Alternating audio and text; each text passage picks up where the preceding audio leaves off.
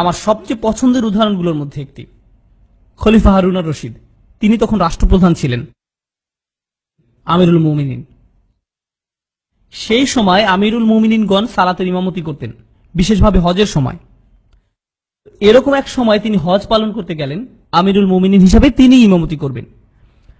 যাই হোক, তিনি প্রথম কাতারে ছিলেন, কারণ তিনি ইমামতি করবেন, আর তিনি ছিলেন হানাফি মাযহাবের অনুসারী। ওনার হজের যিনি মুয়াল্লিম ছিলেন, আপনারা তো অনেকেই জানেন মুয়াল্লিম কাকে বলে। মুয়াল্লিম হচ্ছেন সেই ব্যক্তি যিনি আপনাকে হজের বিভিন্ন নিয়ম কানুনগুলো সঠিকভাবে শিখিয়ে দেবেন। স্বাভাবিকভাবেই আমিরুল মুমিনিনের মুয়াল্লিমও হানাফি মাযহাবের অনুসারী ছিলেন। তিনি ছিলেন কাজী আবু ইউসুফ, হানাফি মাযহাবের প্রতিষ্ঠাতা। ইমাম আবু হানিফার সবকিছু উনি লিপিবদ্ধ করতেন। যাই হোক, পৃথিবীর বুকে হানাফি মাযহাবের সবচেয়ে বিজ্ঞ যে আলেম, তিনি হচ্ছেন তার মুয়াল্লিম। তারা দুজনই সামনের কাতারে আছেন এবং আমিরুল মুমিনিন একটু পরেই সালাতের ইমামতি করবেন।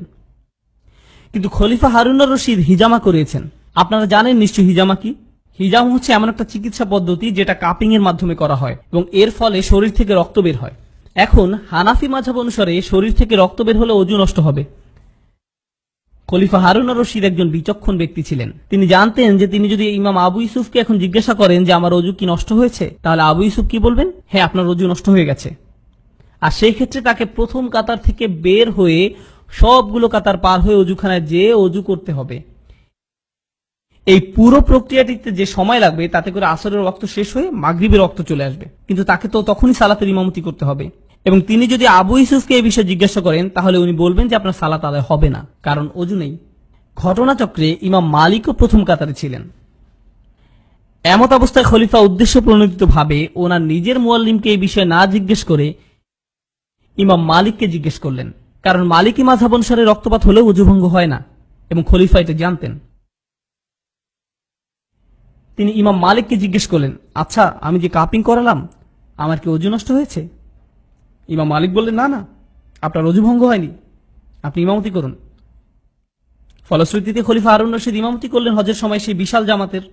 কাজী আবু ইউসুফ, ইমাম মালিক দুজনই সেই জামাতে ওনার পেছনে ছিলেন। কাজী আবু ইউসুফ, ইমাম মালিক দুজনই সেই জামাতে ওনার পেছনে ছিলেন। আর কাজী আবু ইউসুফ ছিলেন সেই সময়ের সবচেয়ে বিখ্যাত স্কলারদের মধ্যে অন্যতম। তার সাথে অনেক শিক্ষার্থী ছিলেন যারা হজ করতে এসেছেন। সেই শিক্ষার্থীরা কিন্তু পেছনে ছিলেন, তারাও এই ঘটনা দেখতে পেলেন এবং নামাজ পড়ছিলেন। আর নামাজ শেষ হওয়ার সাথে সাথে তারা দৌড়ে কাজী ইউসুফের কাছে গেলেন এবং বললেন, আমরা কি আবার সালাত আদায় করব? আপনি কিভাবে ওনাকে কাবার সামনে ইমামতি করতে দিলেন ওযু ছাড়া? তখন কাজী আবু ইউসুফ বললেন, যিনি কিনা হানাফি মাযহাবের অনুসারী, তার শিক্ষার্থীদের বললেন, যে পুনরায় সালাত আদায়ের দুঃসাহস দেখাবে সে খাওয়ারিজদের অন্তর্ভুক্ত, সে বা তারা এই দিনের অন্তর্ভুক্ত নয়। কেন তিনি এরকম বললেন? কারণ ফতোয়া নিয়ে তার চিন্তার প্রকৃতি কিছুটা ভিন্ন ছিল।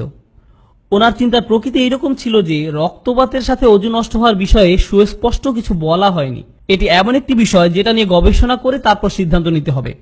এখন আমাদের গবেষণা অনুসারে ওযু নষ্ট হবে, আর ইমাম মালিকের গবেষণা অনুসারে ওযু নষ্ট হবে না। এটা একান্তই আমাদের ব্যক্তিগত গবেষণার ফলাফল। কোরআনে এমন কোন আয়াত নেই যেখানে বলা হয়েছে যে রক্তপাত হলে ওযু নষ্ট হবে। এমন কোন হাদিস নেই যেখানে বলা হয়েছে রক্তপাতের কারণে ওযু নষ্ট হবে। তাই আমরা কেউ এই নিয়ে বিতর্ক করতে পারি না যে আমার প্রাপ্ত ফলাফলটি সঠিক, কারণ এটা একান্তই আমার সীমিত জ্ঞানের মাধ্যমে অর্জিত ব্যক্তিগত মতামত, যার ফলে আমি কিন্তু এটাও জানি না যে আমি সঠিক কিনা আর উনি ভুল কিনা। আর এটা নিয়ে তর্ক করতে গিয়ে আমি যে মূলনীতি জানি তা হচ্ছে ঐক্য হচ্ছে গুরুত্বপূর্ণ মূলনীতি। ইন্নামাল মুমিনুনা ইখওয়া ইউসিরুনা আলা আনফুসিহিম ওয়ালাউ কানা বিহিম খাসাসা। নিজের ফতোয়ার প্রতি অনড় থাকতে যে আমি এই মূলনীতিকে অমান্য করতে রাজি নই। এরকম ছিল তাদের চিন্তা ভাবনা। এভাবেই ওনারা বিষয়গুলো নিয়ে ভাবতেন। আপনি যদি ফিকাহ নিয়ে পড়াশোনা করেন, আমি কিন্তু ফিকাহ শিক্ষার্থী নই, যদি হতামও সেটা কিন্তু আপনাদের বলতাম না। ফিকার কিতাব পড়লে দেখবেন সেখানে কেউ যখন অন্য আরেকজনের সাথে দ্বিমত পোষণ করেন, তখন শুরুতে তিনি যার সঙ্গে দ্বিমত পোষণ করেছেন তার জন্য দোয়া করে এক পৃষ্ঠা লেখেন। এরপরে বিস্তারিত ব্যাখ্যা করেন যে কেন তিনি একমত নন। একইভাবে অপরজন যখন এর উত্তর দিবেন, তখন তিনিও এইভাবে বলেন যে আপনার দোয়ার জন্য ধন্যবাদ এবং আপনার জন্য নিম্মুক্ত দোয়া রইল। যদিও তারা যে সবসময় একে অপরের সাথে এরূপ ব্যবহার করেন এমন কিন্তু নয়, মাঝে মাঝে তাদের লেখার মধ্যে অন্যের প্রতি বিরূপ প্রকৃতির মনোভাবও লক্ষ্য করা যায়। যাই হোক, বর্তমান সময়ে ইসলামের যে রূপ সেটা বোঝার জন্য এই বৃত্তগুলো সম্পর্কে পরিষ্কার ধারণা থাকা দরকার। বৃত্তগুলোর কথা মাথায় রেখে আমরা যদি চিন্তা করি যে আমাদের কোন বিষয়টাকে অগ্রাধিকার দেওয়া উচিত, কোনটি সবার প্রথমে গণ্য হবে, মূলনীতিসমূহ স্বচ্ছতা, ন্যায় বিচার, আল্লাহ ভীতি, সত্যতা, সত্যবাদিতা, এগুলো হচ্ছে সবার আগে আসবে। এই মূলনীতিগুলো আমরা কিভাবে শিখি? অত্যাবশ্যকীয় বাধ্যবাধকতাগুলো পালন করার মাধ্যমে এই মূলনীতিগুলো আমাদের মধ্যে দৃঢ় হয়। আর কোন জিনিসটা এই মূলনীতিগুলোকে পরিবর্তন করে, উন্নত করে? তৃতীয় বৃত্তটি। এখন যেটা দেখা যায়, বর্তমান সময়ে ইসলাম সম্পর্কিত আমাদের বেশিরভাগ জিজ্ঞাসাই প্রথম তিনটি বৃত্ত থেকে দূরে। আমাদের জিজ্ঞাসাগুলো হলো পঞ্চম বৃত্তের মধ্যে চলে গেছে। মূলনীতিগুলো ছিটে ফোটাও যেখানে নেই। কোরআনে আল্লাহ যেসব মানুষের বর্ণনা দিয়েছেন যারা পবিত্র থাকতে ভালোবাসে, আমরা যখন হজে যাই, হজ হচ্ছে একটা মৌলিক বাধ্যবাধকতা। হজ পালনের মাধ্যমে আমাদের ভিতরে এই সব গুণাবলী সুদৃঢ় হওয়ার কথা। তাকওয়া, শুকর, আল্লাহ ভীতি, সততা, ন্যায় বিচার, এই সব কিছুই। এখন ইব্রাহিম আলাইহিসসালামের সময় থেকে প্রচলিত রীতিনীতি অনুসারে আপনি যখন কাবার সামনে দাঁড়িয়ে কালো পাথরটিকে ধরার চেষ্টা করেন, তখন দেখবেন আশেপাশের মানুষজন আপনার মুখে তাদের কনুইয়ের গুঁতা দিচ্ছে, আপনাকে ঠেলে সরিয়ে সামনে যাওয়ার চেষ্টা করছে। এমনও দেখবেন যে কেউ একজন তার সামনের 5-6 জন মানুষের উপর দিয়ে উঠে যেয়ে সেই হাজরে আসওয়াদ ধরার জন্য মরিয়া হয়ে চেষ্টা করছে, যেন তার অনেক মূল্যবান কিছু চাওয়ার আছে, দোয়া করতে হবে। কিন্তু এরকম উতলা হয়ে যুদ্ধ করে হজরে আসওয়াদের কাছে পৌঁছানোর পরে একমাত্র যে দোয়াটি তার করা উচিত সেটা হচ্ছে, আমি এইমাত্র যেসব গুনাহ করে এই পর্যন্ত আসলাম তার জন্য আমাকে ক্ষমা করে দাও। অর্থাৎ দেখা যাচ্ছে যে আমরা রীতিনীতিগুলো ঠিকই মেনে চলছি, কিন্তু তার মধ্যে মূলনীতিগুলোর কোনো উপস্থিতি নেই। মুজদালিফায় যখন আপনারা যাবেন, মুজদালিফা হচ্ছে পবিত্র স্থান, খুবই পবিত্র স্থান। এটা এমন এক জায়গা যেখানে আপনি সারা রাত আল্লাহর কাছে দোয়া করে কাটানোর কথা, আল্লাহর স্মরণে রাত পার করার কথা। কিন্তু সকালে আপনি যখন সেখান থেকে রওনা দিবেন, আপনি এমনকি 2 কদম সামনে যেতে পারবেন না। আপনি চিন্তায় পড়ে যাবেন, আপনি কি একটা পবিত্র জায়গায় আছেন নাকি একটা আস্তাকুরের মাঝখানে দাঁড়িয়ে আছেন। আপনি নিচে তাকিয়ে মাটি দেখতে পাবেন না, শুধু দেখবেন ডায়পার, পানির বোতল, কোকাকোলার বোতল, টিস্যু পেপার। আপনারা কেউ দেখেছেন? এবং আমি এসব দেখে কান্না করেছি। এমন কেন হয় আপনারা কি জানেন? মূলনীতির কোনো ধার ধারি না আমরা।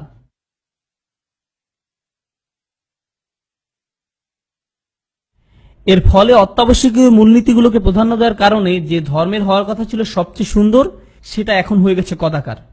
এভাবেই আমরা একটা সুন্দর ধর্মকে কদাকার করে ফেলেছি। বনী ইসরাইলরা যেভাবে করেছিল, তারা আল্লাহর দেয়া সুন্দর ধর্ম থেকে মূল জিনিসগুলোকে বাদ দিয়ে শুধুমাত্র রীতিনীতিগুলোকেই গ্রহণ করেছিল। সুবহানাল্লাহ। আমার কাছে তাই এই কাঠামোটি ভালোভাবে বুঝতে পারা খুবই গুরুত্বপূর্ণ এবং মূল্যবান মনে হয়। তাহলে আমাদের সেই সুযোগটা নেওয়া উচিত। বর্তমান উম্মার মতভেদের কয়েকটি বড় বড় বিষয় হচ্ছে, তারাবির নামাজ কয় রাকাত, চাঁদ দেখার ক্ষেত্রে কি সারা পৃথিবী একই দিনে ধরা হবে নাকি এলাকা ভিত্তিক ঠিক করা হবে, এসব হচ্ছে বড় বড় তর্কের বিষয়। কিন্তু আপনারা যদি মূল ফিকার বইগুলো দেখেন, তাহলে বুঝবেন যে এই সব বিষয় এমনকি 3 নম্বর বৃত্তের মধ্যেও নেই, 4 বা তার পরের বিষয়। তাহলে কেন আমরা এসব নিয়ে তর্ক করছি? যেসব বিষয় আমাদেরকে সংঘবদ্ধ করে, সেগুলো যেসব বিষয় আমাদের মধ্যে বিভক্তি ঘটায় তার চেয়ে অনেক বেশি শক্তিশালী। কিন্তু আমরা যখন সেসব বিষয় থেকে আমাদের দৃষ্টি সরিয়ে নেই, তখন বিভক্তি সৃষ্টি করার বিষয়গুলোই আমাদের চোখের সামনে ভেসে আসে। এমনকি এখনকার দিনেও একজন মুসলিম যখন আরেকজন মুসলিমকে দেখে, তখন মনে মনে চিন্তা করে, সে কি শাফি নাকি মালিকি, সে কি আমার মতো? কিছু কিছু মানুষ আমাকে এসে বলে যে তারা পাকিস্তানি, তাই তারা আমাকে পছন্দ করে, কারণ আমিও পাকিস্তানের। আমি তখন বলি যে ও আচ্ছা, তাই আমিও আপনাকে ভালোবাসি। এরপরে তারা বলে, আপনি তো হানাফি, তাই না? আমি বলি, আমি হানাফি হলেও আপনাকে বলবো না। কেন বলবেন না? আমি আপনাকে বলতে চাই না, কারণ আপনার তো এটা নিয়ে চিন্তাই করা উচিত নয়। আপনার তো শুধুমাত্র এইটুকুই চিন্তা করা উচিত যে সে কি মুসলিম নাকি মুসলিম না, ব্যাস এইটুকুই যথেষ্ট। যাই হোক, এটি হচ্ছে তার সাথে আমার প্রথম ক্লাস, যেটা আমার কাছে খুবই লাভজনক মনে হয়েছে। আমি আপনাদেরকে এখন সেটাই বলবো যেটা উনি একদম শুরুতে বলেছিলেন, আর এটাই হবে আজকের আলাপের শেষ বিষয়। এটা আমার শোনার সবচেয়ে চমকপ্রদ বিষয়গুলোর মধ্যে অন্যতম। আল্লাহ মোট কতজন নবী রাসূল প্রেরণ করেছেন? 1,24,000। পৃথিবীতে সবচেয়ে গুরুত্বপূর্ণ হচ্ছেন কারা? নবী রাসূলগণ। এই বিষয়ে তো আমরা সবাই একমত। মানব জাতির জন্য সর্বোত্তম শিক্ষক কারা ছিলেন? এই 1,24,000 নবী রাসূলগণ হচ্ছেন সমগ্র মানব জাতির জন্য প্রেরিত সর্বোত্তম শিক্ষক। সবাই একমত? ঠিক আছে, তাদের নাম বলুন এবার। কি হলো? তারা সবচেয়ে গুরুত্বপূর্ণ ব্যক্তিবর্গ, আপনাদের তো তাদের নাম জানা উচিত ছিল। আল্লাহ তো তাদের সবার নাম বলেননি, আল্লাহ শুধুমাত্র 25 জনের নাম উল্লেখ করেছেন। তার মানে কি অল্প কয়েকজনের নাম বাদ পড়েছে? তারা ছিলেন ইসলামের সবচেয়ে বড় শিক্ষক, অথচ আমরা তাদের নাম পর্যন্ত জানি না।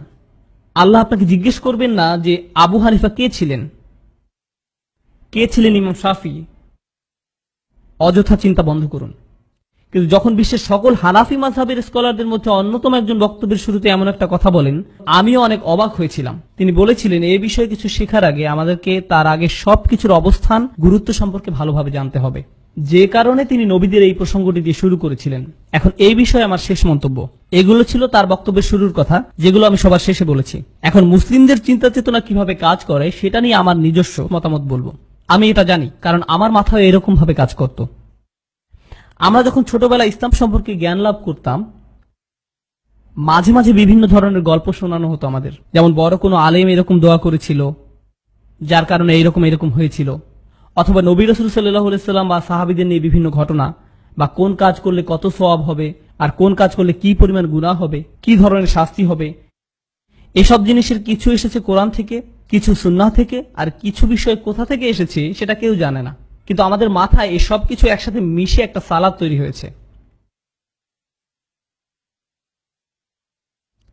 আর এই মিশ্রণটাকে আমরা ইসলাম হিসাবে মনে করি। এখন আমাদেরকে আলাদা করা উচিত ছিল না যে কোনটি আল্লাহর নির্দেশ, কোনটি নবীর শিক্ষা? এইসব বিষয় অন্য বিষয়গুলোর সাথে না মিশিয়ে আলাদা করে রাখা কি উচিত ছিল না? এই বৃত্তগুলো আঁকার উদ্দেশ্য কি ছিল? উদ্দেশ্য এই যে যখন আপনারা ইসলাম নিয়ে চিন্তা করবেন, তখন প্রাথমিকভাবে প্রথম 3টি বৃত্ত নিয়ে ভাববেন। এর বাইরে অন্য কিছু যখন শুনবেন, তখন সেটাকে এই 3 বৃত্তের বাইরে অন্য যে বৃত্তগুলো আছে সেগুলোর মধ্যে থেকে সঠিক বৃত্তটি বেছে নিয়ে সেখানে বসিয়ে দিবেন।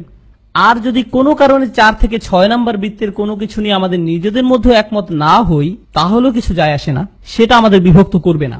উম্মার ঐক্য হচ্ছে 1, 2, 3 নম্বর বৃত্তের মধ্যে। আমাদের সবার একই ফিকা থাকতে হবে এমন নয়, আমাদের সবাইকে বিতির সালাত একই নিয়মে পড়তে হবে এমন নয়, আমাদের সবার তারাবির নামাজের রাকাত সংখ্যা সমান হতে হবে এমনটাও নয়, সব বিষয়ে আমাদের ফতোয়া একই রকম হতে হবে না। এসব আমাদেরকে বিভক্ত করবে না।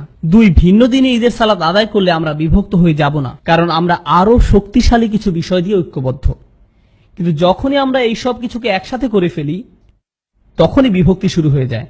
আল্লাহ সুবহানাহু ওয়া তাআলা আমাদেরকে কোন বিষয়গুলোকে প্রকৃত অর্থে অগ্রাধিকার বা প্রাধান্য দিতে হবে সেটা সঠিকভাবে বোঝার তৌফিক দান করুন। আমিন।